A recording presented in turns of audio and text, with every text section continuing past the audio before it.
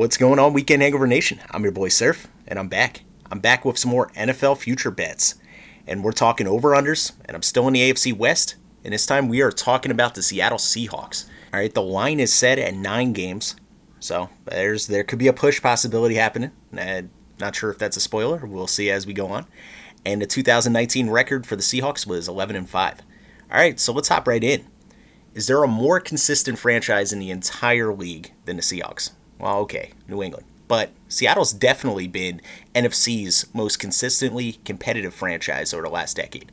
Since 2010, Seattle has only failed to reach the playoffs twice, with 2 Super Bowl appearances and only 1 season where they won and done in the playoffs. So we're talking consistently deep runs. This has been a weird offseason for everybody, but this has been a big offseason as far as turnover, especially in that Seattle secondary. The influx of talent is going to show early and often, starting with the biggest move of the offseason, Jamal Adams. The young star heavy hitting safety was acquired from the Jets. They also made a big under-the-radar trade with the Washington football team for Quentin Dunbar, who in that Seattle system should give Seahawk fans flashes of Sherman. I know, blasphemy. But they're both converted receivers, long shutdown corners, who is good. Honestly, Dunbar is going to have a nice career in Seattle, at least a nice second part of his career in Seattle, if he can stay healthy, which has been a big if when you look back over Dunbar's career thus far. Now, with turnover on a roster, you sometimes lose some big pieces. So the headline names are Jadeveon Clowney, Ziggy Ansah, Josh Gordon. Huge names, just not very huge production in 2019. So this has definitely been a plush year when it comes to added pieces versus departures for Seattle.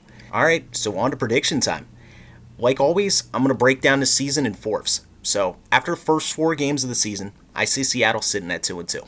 With the 2 slip-ups coming in week 1 when they visit the Dome in Atlanta, and week 3 when that offensive juggernaut team in Dallas comes into town.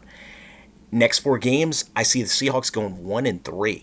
I've been consistent in my season split with the Cardinals. I see that happening. I really like this young, coming-up Cardinals team, and I think Seattle just splits over them. Not sure that's going to come about, but I think a healthy Vikings team is going to run the ball down Seattle's throat, and I don't like Seattle's chances on the road against the Bills. So the only win I'm seeing over this course of this 4-game stretch is at home against the 49ers, and obviously, the 49ers are a powerhouse coming off of a Super Bowl performance, so that's not exactly an easy win.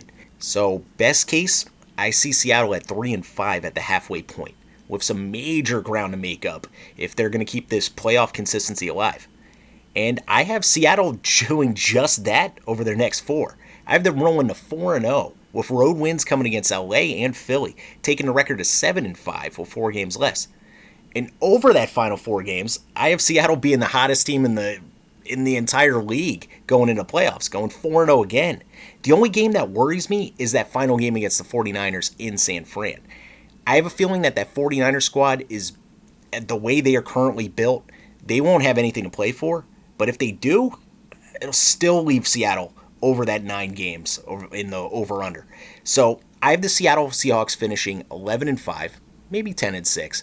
But firmly in the playoffs is one of the wild cards.